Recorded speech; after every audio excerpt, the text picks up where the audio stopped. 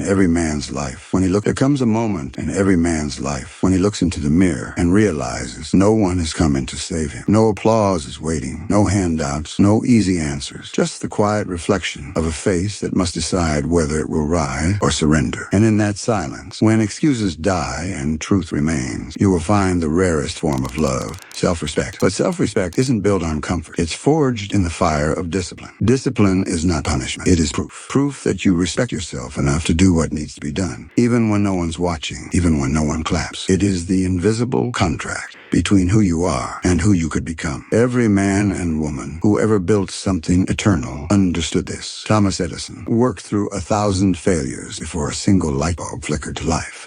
Did he chase motivation? No. He had discipline. Henry Ford was ridiculed for his horseless carriage. Did he stop? No.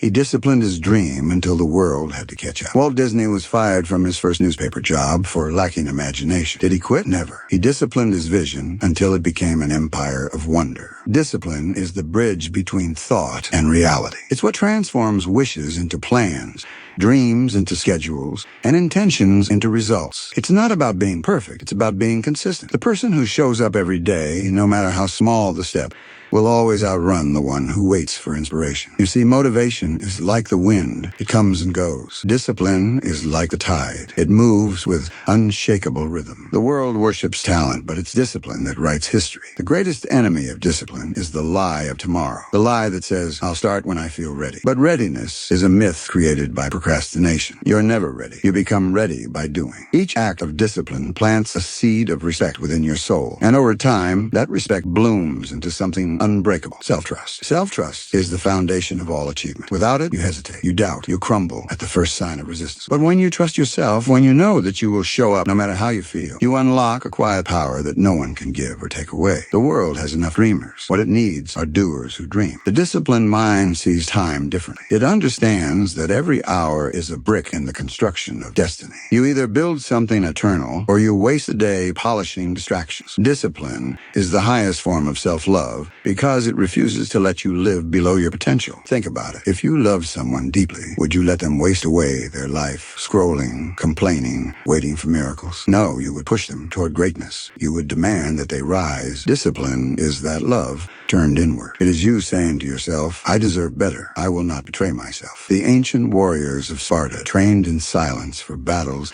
that might never come. Their discipline was not for show. It was identity. They knew that when chaos arrived, it was too late to prepare. The disciplined are always ready because their life is a continuous rehearsal for excellence. And in this modern world where comfort is sold like candy, discipline has become the rarest form of rebellion. Everyone wants results. Few want the responsibility that creates them. Everyone wants freedom, but freedom is not the absence of structure. It is mastery of it. You will never be free until you learn to command yourself. Freedom without discipline is chaos. Discipline without freedom is slavery. But when the two dance together, you find greatness. Every time you wake up early when you could have slept in, respect. Every time you study when others are distracted, respect. Every time you hold yourself to a higher standard, respect. Because discipline is not about controlling life. It's about controlling yourself. And when you control yourself, life bows to you. Most people think discipline means sacrifice. But what if it means expansion? What if every disciplined act is an act of creation? Creating a stronger body, a sharper mind, a deeper soul. You can't buy self-respect. You earn it in the lonely hours when no one is watching. You earn it when you choose consistency over comfort, purpose over pleasure, progress over perfection. So when you feel tired, when your body screams to quit, when your mind whispers, it's okay to skip today, that's your moment of truth. That's when the weak run and the disciplined rise. Because discipline is not about willpower. It's about identity. It's who you are when the world stops looking. And if you can master that version of yourself, the one in the mirror, the world outside has no choice but to follow. The battlefield of discipline doesn't exist in the gym or in the office or on your calendar. It begins in the mind. Every action is born from a thought. Every victory, every failure, every legacy. And until you learn to discipline your thoughts, you'll remain a slave to them. The undisciplined mind is like like an open field where weeds grow wild. Self-doubt, fear, excuses, they spread quietly, wrapping around your potential until nothing can grow. But the disciplined mind, it is a garden, cultivated daily with intention. You pull the weeds, plant the seeds, water the vision. You guard it like sacred ground because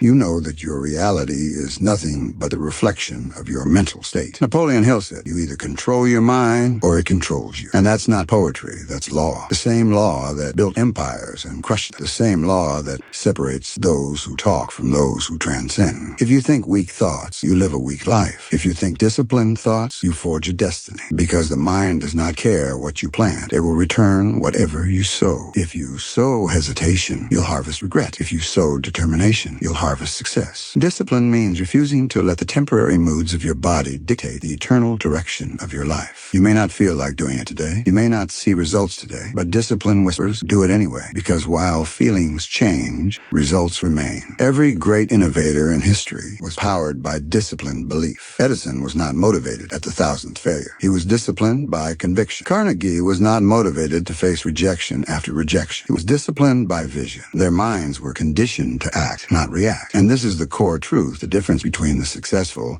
and the unsuccessful is not talent, not luck, not connections. It's discipline of thought. The successful have mastered the inner dialogue that commands their outer world. When the average man says, I can't, the disciplined man asks, how can I? When others see obstacles, he sees training. When others quit, he adapts. He understands that the world bends to the will of a focused mind. You must become ruthless with your own excuses. Excuses are comfort in disguise, the velvet chains that keep you ordinary. Discipline breaks those chains one by one. It teaches you to do what others won't so you can live how others can't. The disciplined mind is dangerous. It cannot be manipulated by fear or failure. It doesn't need permission to grow, approval to act, or applause to persist. It knows who it is. It knows what it wants, and it moves relentlessly.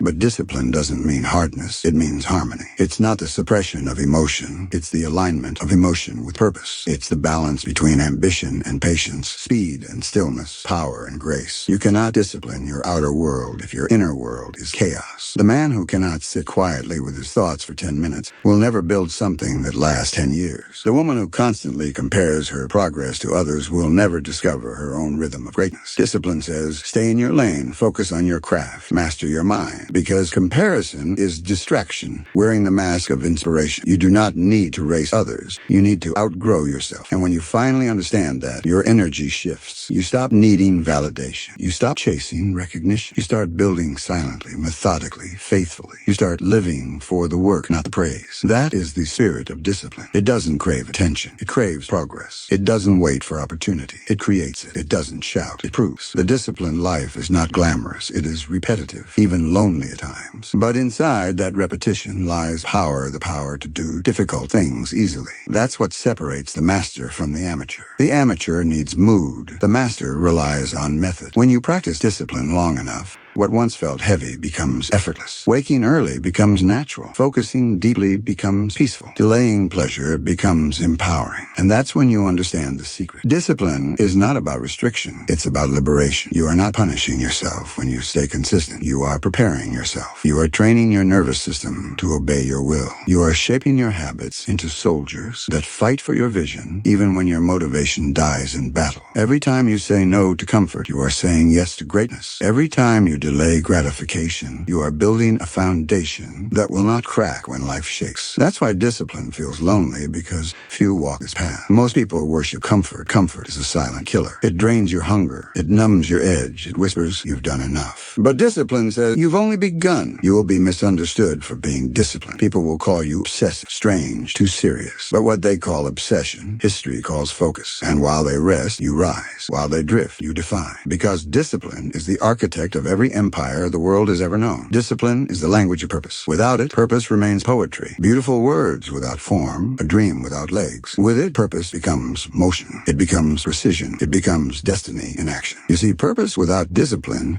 is like a ship without a compass. It drifts wherever the wind blows. But discipline gives that purpose direction. It turns passion into progress. It gives structure to your fire. When you know why you're doing something, discipline becomes easier. And when you practice discipline long enough, your why becomes stronger. It's a perfect circle. Purpose fuels discipline. Discipline reinforces purpose. That's how great legacies are born. Every empire, every invention, every revolution started with one disciplined soul who refused to give up when comfort called their name. Abraham Lincoln studied law by candlelight, long after exhaustion had claimed his body. He wasn't seeking applause. He was pursuing alignment. He had a vision of a freer nation, and he disciplined himself to rise above the limitations of his time. Discipline is the hand that molds potential into power. It is the craftsman of character, the invisible sculptor that shapes men and women into instruments of greatness. And every act of discipline, no matter how small, is a strike of the chisel against the marble of your life. The people you admire, the ones who seem unshakable, unstoppable, magnetic, they're not built differently. They simply live by different laws.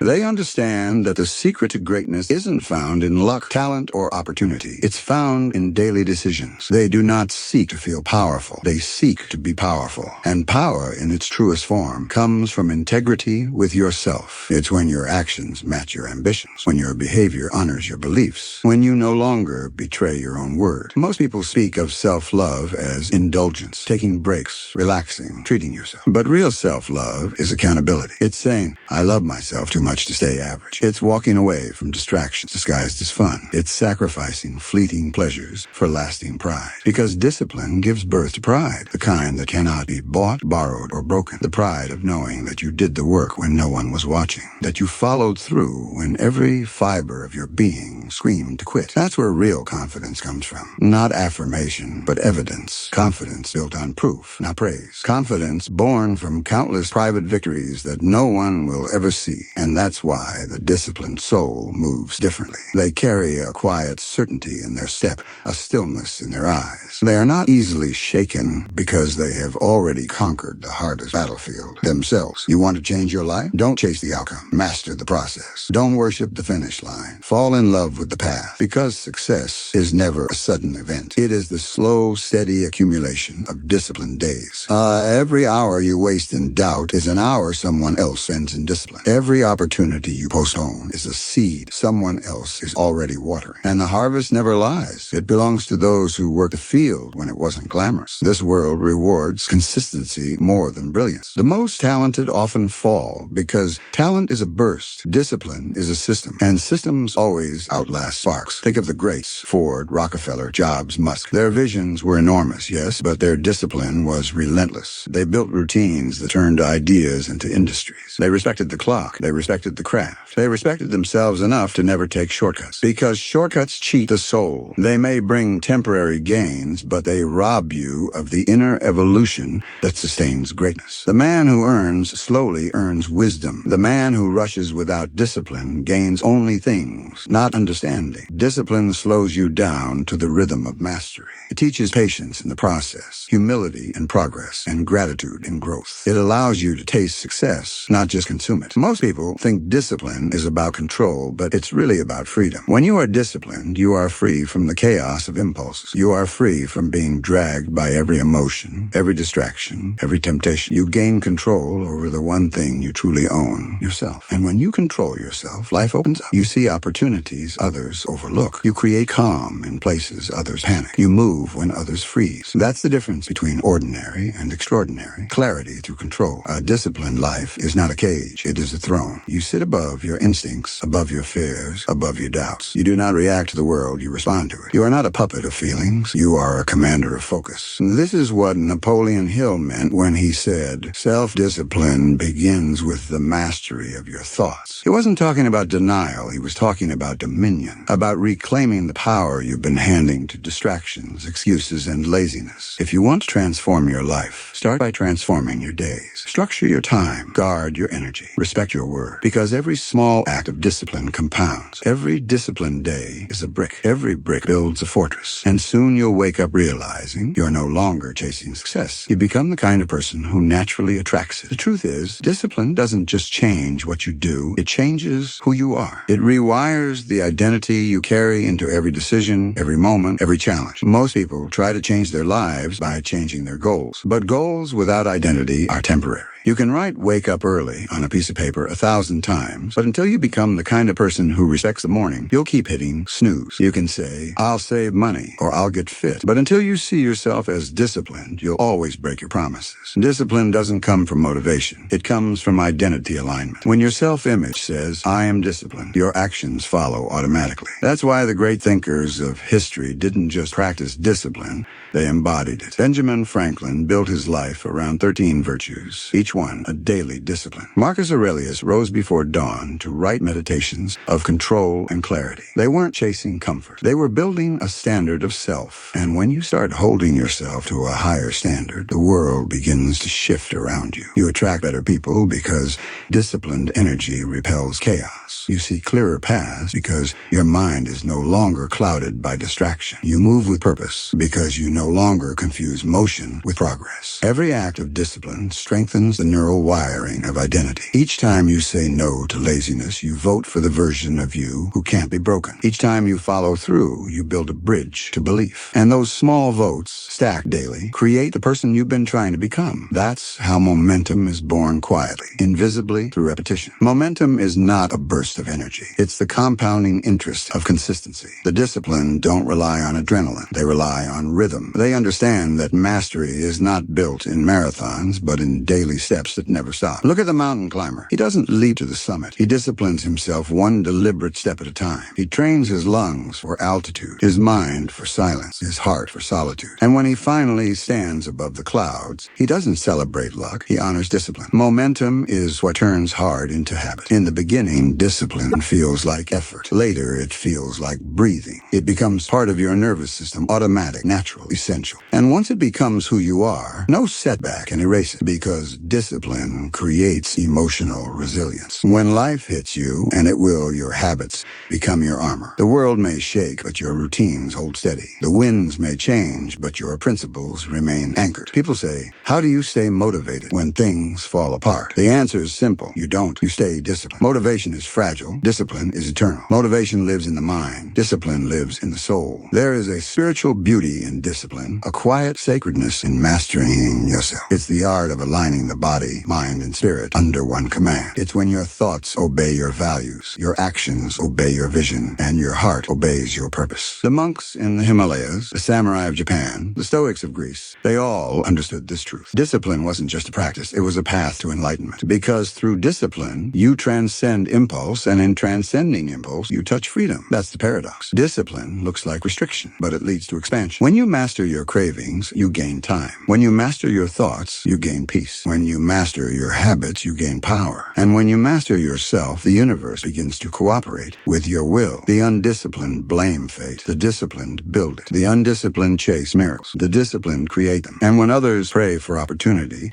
the disciplined prepare for it. So when it arrives, they're ready. That's how fortune favors the prepared mind. Not by accident, but by alignment. If you want to rise above average, stop negotiating with your weakness. Stop treating discipline as punishment. Start treating it as a privilege. The privilege to grow, to refine, to lead, to become. Every day you wake up with two choices: comfort or courage. Comfort keeps you safe. Courage makes you strong. And discipline is the bridge between the two. When your friends are sleeping, discipline whispers, "Get up." When your body aches, discipline says, "One more." When fear knocks, discipline answers, "I'm busy becoming." It is the inner voice that never flatters, never excuses, never quits. It is the silent mentor that builds kings out of common men. It is the sacred fire that keeps burning long after motivation dies. And one day, without fanfare, without applause, you will realize that discipline has turned into dignity. That every hard decision, every lonely morning, every moment of restraint has sculpted you into something unshakable. You'll look back and see that you didn't lose anything, you gained yourself. That is the ultimate reward of disciplined self-possession. To own your time, your focus, your mind, your destiny. To be the master of your fate because you first became the master of your habits. Discipline does not end with self-control. It expands into leadership. Because once you learn to command yourself, you become capable of leading others. People do not follow noise, they follow order. They follow the one who has mastered his impulses while everyone else is ruled by them. Leadership is not charisma, it is composure. It's the quiet strength that radiates from someone who does what must be done, even when no one is watching. A disciplined mind becomes a beacon. It draws people who crave direction, who long to be steadied by conviction. Think of Andrew Carnegie. Carnegie walking through the steel mills at dawn. His men saw more than a businessman. They saw a man who lived by system and certainty. They followed his rhythm because his discipline created structure in a chaotic world. That's what true influence is, alignment so consistent that others can trust it. When you hold yourself to high standards, you give others permission to rise. You become a mirror of what is possible. Your discipline becomes contagious. Your integrity becomes inspiration. That is the hidden power of example. It silently commands respect without ever asking for it. But to sustain that level of influence, you must learn a deeper discipline, emotional discipline. Because emotions, left unchecked, can destroy everything you've built. A moment of anger can undo years of progress. A burst of pride can blind you to reality. The disciplined soul does not suppress emotion, it channels it. When fear appears, discipline says, use it as fuel. When doubt whispers, discipline says, answer it with action. When ego rises, discipline bows to humility. Emotional discipline is the ability to feel fully yet act wisely. It is not coldness, it is control. Napoleon Hill wrote that emotions are the steam that powers the engine of achievement. But steam without direction burns wildly and disappears. Discipline is the valve that focuses it into motion, into wealth, influence, legacy. And yes, wealth. Because wealth is not random fortune. It is the byproduct of organized thought, disciplined action, and patient persistence. Money follows order. Prosperity follows precision. When your life operates by clear principles, opportunities recognize you. Every millionaire of purpose has the same pattern. They control spending because they respect value. They control habits because they respect time. They control thoughts because they respect potential. It is impossible to accumulate lasting wealth with an undisciplined mind. You might earn money, but you will lose peace. And without peace, you are poor. True wealth begins in order, not in numbers. Look at the stories written across history's golden pages. Edison did not simply invent the light bulb. He created a process, experiments cataloged, lessons recorded, failures studied. That process became a system, and that system produced power.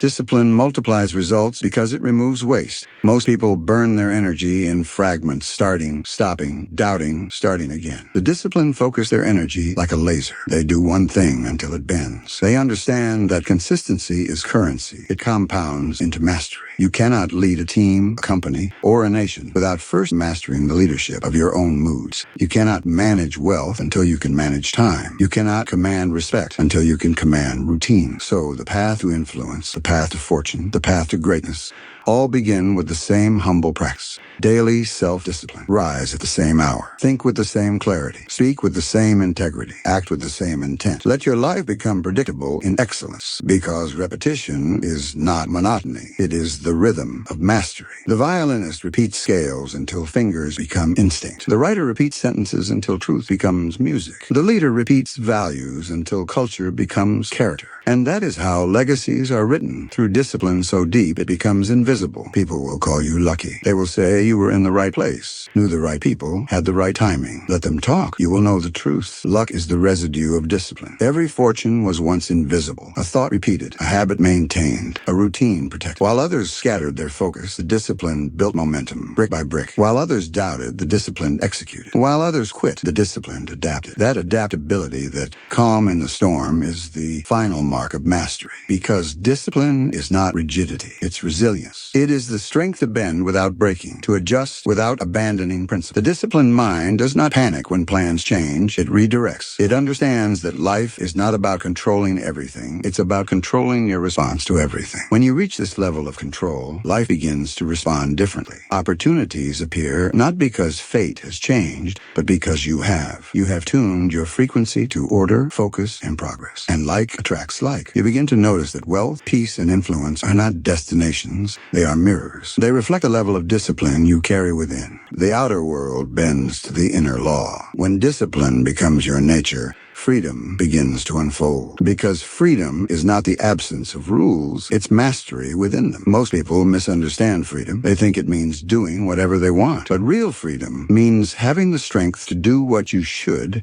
even when you don't want to. A man without discipline is a slave to impulse. A man of discipline is free from chaos, free from addiction, free from regret. He walks through life like a calm river, steady, clear, unstoppable. While others are pulled by the current of distraction, he flows with direction. This is the secret that ancient masters knew. They practiced discipline not to suffer, but to ascend, because the highest form of power is self-possession. When you can possess yourself, nothing external can possess you. The world will always test your order with noise, temptation, and urgency. But the disciplined mind learns to pause, to breathe before reacting, to choose before speaking, to observe before deciding. That pause, that space between reaction and response is where wisdom lives. And wisdom, my friend, is the seed of legacy. Legacy is not built in one lifetime.